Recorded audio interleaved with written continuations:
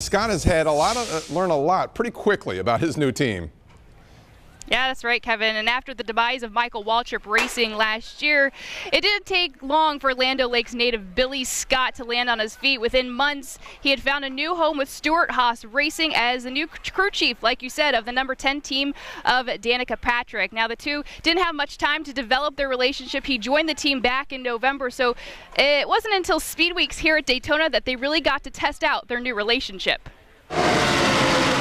In NASCAR, the driver-crew chief relationship can make or break a season.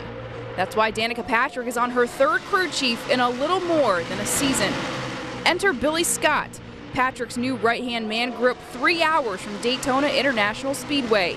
Yeah, I remember coming here as a kid a lot and watching the races, and yeah, spent a lot of time even at short tracks around here. So it's nice to come back to the home state. And this year he returns with a new team and driver. Scott joined the 10 team in November and has been on the fast track to get on the same page with everybody on the team.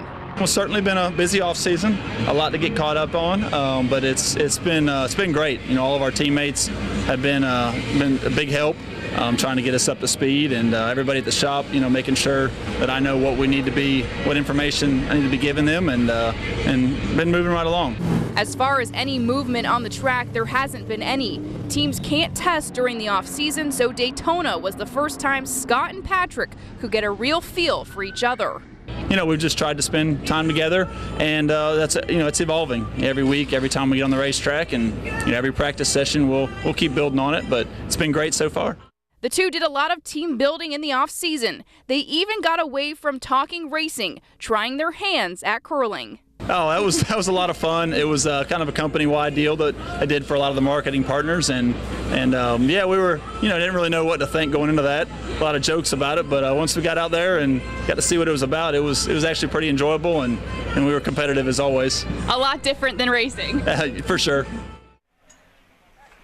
And of course, Scott and Patrick will take their competitiveness to the track this season. Danica Patrick still looking for that top 5 finish in the Sprint Cup Series. She's also looking for that first chase berth as well. Now, we are still live out here in Victory Lane. Chase Elliott just left the stage there. He was signing autographs and taking a lot of pictures following his big win here in the Xfinity Series here at Daytona. Kevin? Well, Elliott's got to remain the favorite at this point. Who do you like? You've been out there all week. Who stands out to you? I mean, it's hard not to say Chase Elliott.